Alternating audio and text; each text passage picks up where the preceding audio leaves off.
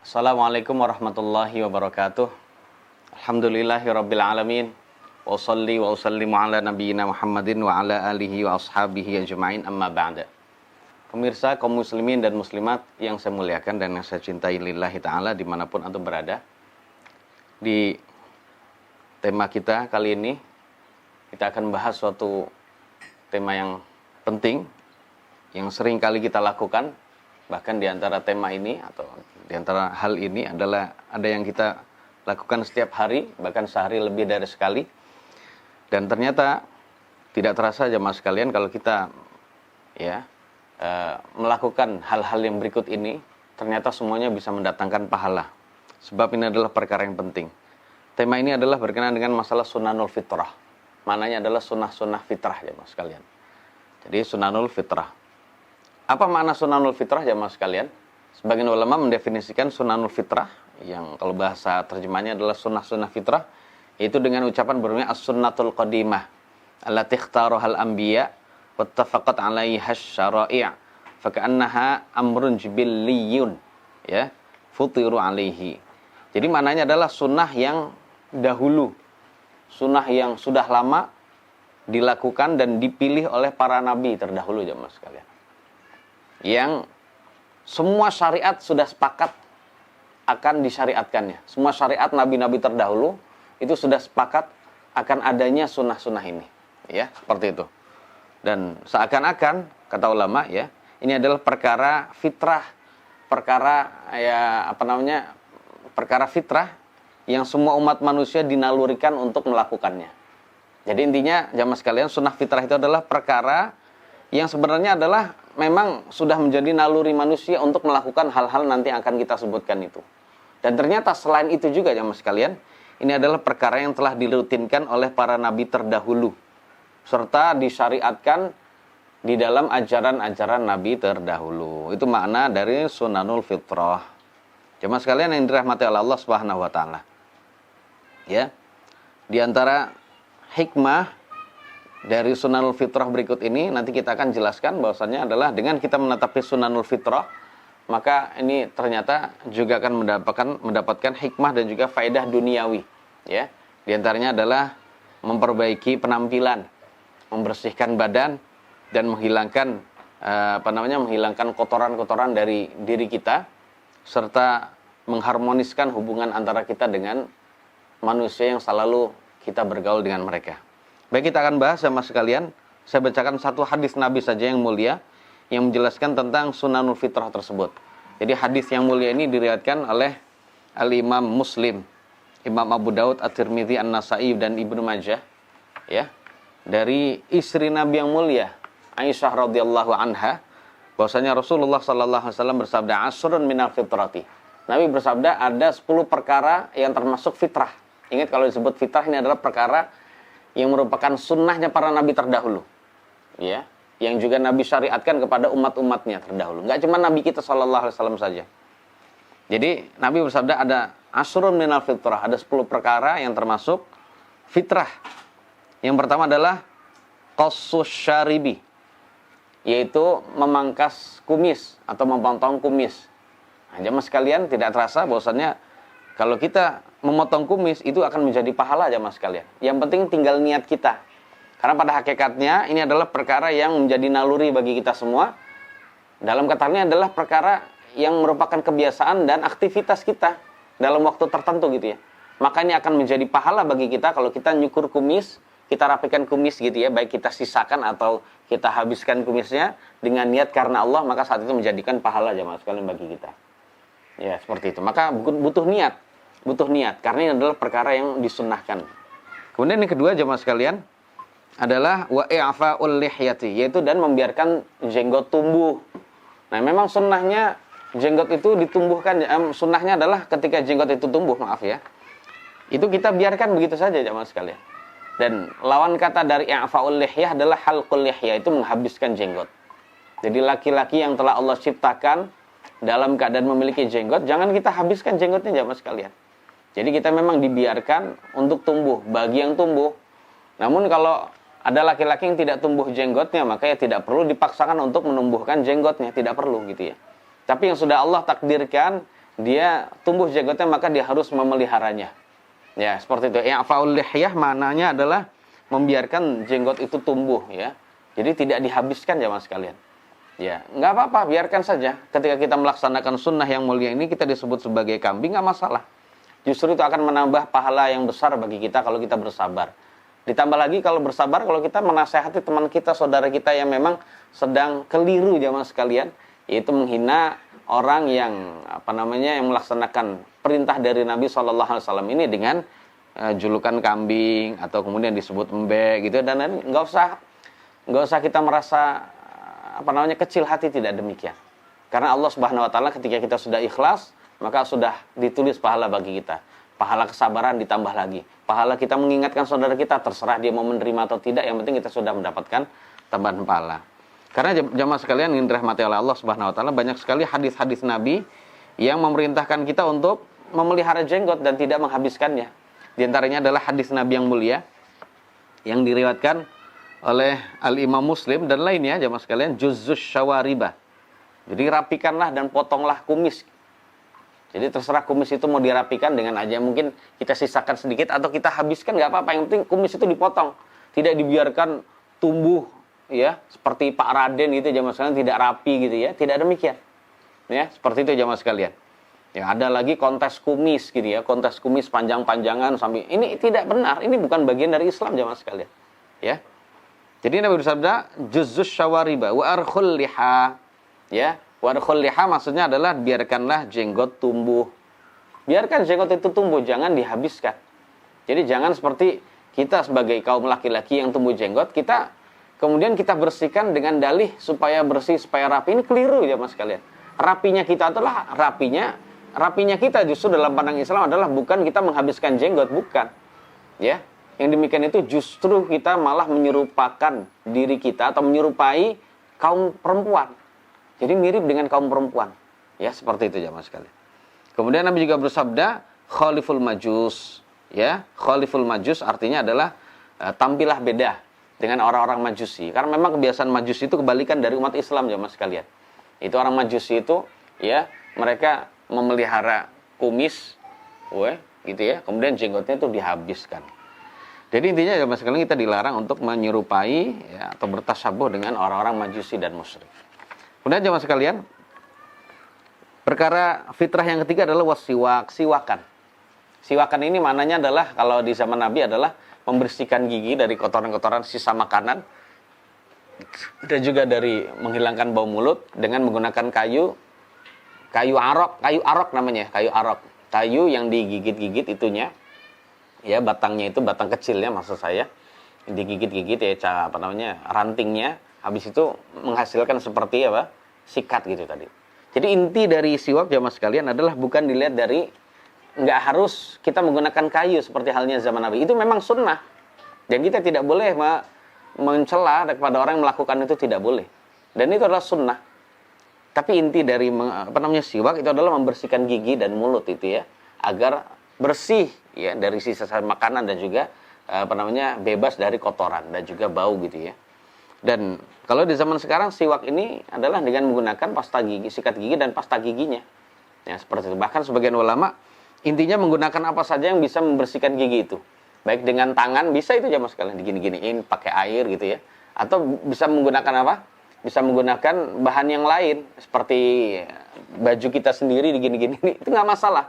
Yang penting kita tampil baik ya, tampil menarik ya, dengan adanya kita tidak terdapat sisa daripada kuning-kuning giginya, nauzubillah itu ya, jamaah sekalian, ini tidak baik ya, penampilan yang demikian itu. Jadi yang berikutnya adalah siwak. Ternyata siwak itu tidak hanya sekali lagi membersihkan gigi kita, merawat gigi kita supaya awet gitu ya. Namun ternyata ada yang faedah yang lebih besar daripada itu jamaah sekalian. Itu kita benar-benar bisa mendapatkan pahala dari Allah. Nggak terasa kalau kita siwakan terus gitu ya. Khususnya siwakan kalau kita mau sholat gitu ya. Kemudian kita mau wudu gitu ya. Maka saat itu Allah akan menulis pahala bagi kita. Jadi pahalanya sudah dapat ditulis oleh Allah. Kemudian gigi kita sehat. Jadi sangat baik sekali. Makanya orang yang jarang siwakan atau jarang sikat gigi, atau jarang mengamalkan sunnah siwakan gitu ya, maka dia akan mengalami giginya itu sering sakit gitu ya, jemaah sekalian. Nah, kita tidak demikian. Nah, ketika kita sudah tahu siwakan itu disunnahkan, yang utama ya jamaah sekalian, paling utama siwak itu adalah ketika mau sholat gitu ya, mau wudhu atau mau sholat gitu ya, maka saat itu ketika sholat sehari itu 5 kali, maka kita usahakan siwakan nanti 5 kali jamaah sekalian. Siwakan itu 5 kali. Kemudian yang berikutnya wastinsyaqul ma, dan menghirup air ke hidung. Ini juga termasuk perkara fitrah. Jadi kita menghirup air ke hidung dengan tujuan adalah untuk membersihkan kotoran yang ada di hidung kita. Ini adalah termasuk sunnah. Ya. Khususnya ini adalah ketika berwudu dan selain wudu. Ya, demikian ini adalah termasuk perkara sunnah tambahan gitu ya, yang bisa kita dapatkan pahalanya dengan seperti itu saja. Kemudian yang berikutnya waqassul azfar, yaitu memotong kuku-kuku. Ya, jangan sampai kita malah membiarkan kuku-kuku kita jamaah sekalian dalam keadaan panjang-panjang gitu ya. Ada lagi orang yang memiliki kuku dan itu termasuk mungkin jijik itu ya tentunya. Bahkan ada yang difoto kukunya panjang, karena sepanjangnya kuku itu sampai dikasih plastik, kasih wadah gitu ya, untuk bisa mewadahi kukunya begitu panjang. Ini adalah bukan bagian dari Islam tentunya. Nah, bagaimana orang seperti ini bisa menjaga kebersihan sedangkan kukunya itu adalah kotor gitu ya. Jadi dalam syariat kita justru kuku itu dipotong gitu ya. Karena jemaah sekalian, hikmahnya memotong kuku tentu saja kita insya Allah sudah tahu semua. Karena kuku itu adalah, karena betapa banyak kotoran yang bersembunyi di balik kuku ini. Ya, ketika kita makan itu bisa menyebabkan masuk juga ya, kotoran tersebut atau bakteri tersebut ke dalam perut kita. Dan tentu saja akan menyakitkan kita berikutnya nanti. Nah, inilah hikmah Islam. Motong kuku tidak hanya aktivitas sehari-hari tapi ternyata berpahala. Yang penting niat jemaah sekalian ya. Yang penting kita niatkan untuk mendapatkan pahala dan melaksanakan sunnahnya Nabi dan para Nabi terdahulu. Kemudian berikutnya wa ghuslul barajim, yaitu membasuh lekukan-lekukan tubuh ya, yang merupakan tempat berkumpulnya kotoran-kotoran. Jemaah sekalian, bagian dari tubuh kita itu ada tempat-tempat yang tempat-tempat berkumpulnya kotoran-kotoran. Jadi seperti ini ya jemaah sekalian. Barajim itu seperti ini. Nih. Kalau di jari itu seperti ini nih. Nih tempat kotoran nih. Gitu ya jemaah sekalian. Nih di sini. Ini kan lekukan gini. Termasuk juga dilekukan di sini nih, ya. Di mana di telinga kita gitu ya. Ini termasuk lekukan. Kemudian yang ada lekukan juga adalah di lutut kita. Nah, jemaah sekalian, ghuslul barajim ini kita gampang katakan adalah sebagai mandi gitu saja. Karena mandi itu adalah kita membersihkan seluruh tubuh kita. Ya, baik yang dilekukan itu maupun yang lainnya. Maka kalau seseorang mandi, rajin mandi itu niatnya karena Allah, dapat pahala. Kalau dia niatkan untuk ghuslul barajim dalam mereka menetapi sunnah Nabi dan para Nabi terdahulu, maka dia dapat pahala. Ya gitu ya, kita niatkan demikian ya Mas. Yang berikutnya adalah natful ibti, yaitu mencabuti bulu ketiak. Kenapa disebut natfu? Ya karena memang sunnahnya bulu ketiak itu dicabutin, ya. Sunnah asalnya gitu ya. Kecuali bagi orang yang memang merasa sakit ya. Kalau sunnah pertama adalah tentu saja dicabut ya Mas, dicabut gitu ya. Gitu ya. Kata orang itu kalau dicabut biar nggak terasa sakit, biar nggak berdarah, itu dalam keadaan dia sedang gerah gitu ya, sedang berkeringat gitu. Ya, seperti kalau memang sudah biasa itu biasa aja Mas sekalian. Namun bagi orang yang merasa kesakitan maka tidak mengapa bagi dia adalah dipotong atau dihabiskan dengan cara menggunakan pisau cukur gitu ya. Ini juga tidak mengapa. Sama-sama mendapatkan sunnah ya Mas sekalian. Namun yang lebih utama tentu saja seperti yang sabdakan Nabi dengan kata-kata natfu, maknanya adalah mencabut. Yang berikutnya jemaah sekalian yang dirahmati oleh Allah Subhanahu wa taala adalah wahalqul la'anati, yaitu mencukur bulu kemaluan. Mencukur bulu kemaluan. Yang mencukur bulu kemaluan ini juga termasuk sesuatu yang memang mendapatkan pahala jemaah sekalian, ya, mendapatkan pahala. Dan halqul la'anati tentu saja ini tidak dengan dicabut. Ya, kalau dicabut betapa sakitnya gitu ya. Jadi prakteknya adalah dengan menggunakan pisau cukur. Kalau bahasa Arab disebut musa gitu ya. Jadi dengan musa atau dengan pisau cukur. Dan masuk di dalam hal ini sebagian ulama menjelaskan masuk di dalam sunnahnya mencukur bulu kemaluan, yaitu mencukur bulu yang tumbuh di sekitar dubur jamaah sekalian. Bulu yang tumbuh di sekitar dubur. Jadi karena bulu yang tumbuh di sekitar dubur itu juga dekat dengan bulu kemaluan, maka hukumnya sama seperti mencukur bulu kemaluan. Jadi seperti itu, disunnahkan juga demikian. Kemudian dan yang terakhir adalah belum yang terakhir ya. Yang ke-9 maaf ya. Wantiqasul ma, dan mengurangi air. Makna mengurangi air di sini maksudnya adalah istinja. Ya, maknanya adalah istinja. Jadi istinja itu cebok jamaah sekalian. Cebok dari buang air besar atau buang air kecil. Ini ternyata sunnah jamaah sekalian. Ternyata sunnah itu. Jadi kita sudah pelajari jamaah sekalian sebelumnya bahwasannya di antara sunnah-sunnah yang ada dalam buang hajat adalah istinja. Nah, kalau kita istinja dengan menggunakan air, maka saat itu bisa menjadi pahala bagi kita. Ditambah lagi kalau kita buang hajat itu, selain istinja kita menetapi adab-adabnya buang hajat jamaah sekalian yang begitu banyak, belasan adab gitu ya. Ternyata nggak terasa jamaah sekalian. Itu satu pekerjaan yang rutin kita lakukan itu bisa mendapatkan banyak sekali pahala. Tidak hanya satu tapi banyak sekali pahala. Jadi ternyata orang beriman itu bisa menghasilkan pahala dari setiap aktivitas dia sehari-hari. Yang penting dia niatkan jamaah sekalian. Dan yang terakhir adalah al-madmadatu yang ke-10 ya. Perkara fitrah yang ke-10 adalah al-madmadatu, yaitu berkumur-kumur. Ya, seperti itu jamaah sekalian. Saya singkat bahwasannya atau saya ringkas ya. Atau kesimpulannya perkara fitrah itu ada berapa jamaah sekalian? Ada 10 ya. Ada 10. Ya. Yang pertama adalah qasus syarib, yaitu merapikan kumis, kemudian membiarkan tumbuhnya jenggot, siwakan, kemudian istinsyaqul ma, yaitu menghirup air ke hidung, begitu juga memotong kuku, kemudian membasuh sela-sela tubuh atau bagian-bagian tubuh yang merupakan tempat berkumpulnya kotoran yang disebut barojim gitu ya, kemudian mencabut bulu ketiak, mencukur bulu kemaluan, kemudian istinja.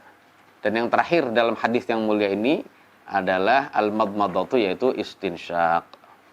Al-madmadatu itu maafnya, maknanya adalah apa? Maknanya adalah kumur ya, kumur-kumur. Namun di dalam hadis lain jemaah sekalian, itu ada tambahan lagi. Ya, dia itu ada tambahan lagi yang berbunyi al-khitan. Jadi kesimpulannya perkara fitrah itu tidak hanya ada 10 jemaah sekalian ya, tapi ada berapa? Ada 11. Wallahu a'lam bishawab. Ya, tentang masalah perkara fitrah, ada beberapa perkara fitrah yang ternyata telah dibatasi waktunya oleh syariat kita. Artinya batasan waktu ini adalah dalam rangka agar kita tidak lalai di dalam memotong bagian tubuh kita yang tumbuh ya, dalam keadaan kotor seperti itu. Ya, agar kita tidak lalai seperti itu ya. Nah, akhirnya Nabi kita SAW pernah menyabdakan tentang hal ini jemaah sekalian dalam hadis yang mulia yang diriwayatkan oleh Imam Muslim dan lainnya dari sahabat Nabi Anas bin Malik. Beliau berkata, waqatalana Rasulullah sallallahu alaihi wasallam fi qassis syaribi wa taqlimil adfari wa natfil ibti wa halqil anati alla natruka aktsara min arba'ina lailatan. Jadi Rasulullah sallallahu alaihi wasallam telah memberikan batasan waktu untuk kami ya di dalam merapikan kumis atau memotong kumis, mencukur bulu kemaluan, memotong kuku dan mencabut bulu ketiak, yaitu agar kami tidak biarkan selama lebih dari 40 hari. Ya, itu tadi jamaah sekalian ada 4 ya. Jadi ada 4 perkara di dalam perkara-perkara fitrah yang kita usahakan rutin lakukan. Tidak lebih dari 40 hari. Sebab apa jadinya 40 hari ini tidak motong kuku, tidak cukur bulu kemaluan, tidak merapikan kumis gitu ya. Tidak mencabut bulu ketiak. Yang terjadi adalah ya sangat kotor sekali kita. Jadi seandainya semalas-malasnya orang maka jangan ditinggalkan selama lebih dari 40 hari. Jadi seperti itu. Wallahu a'lam bishawab. Wassallallahu ala nabiyina Muhammadin wa alihi washabbihi wasallam. Semoga ini bermanfaat bagi anda dan juga bagi antum semua. Alhamdulillahirabbil alamin. Wassalamualaikum warahmatullahi wabarakatuh.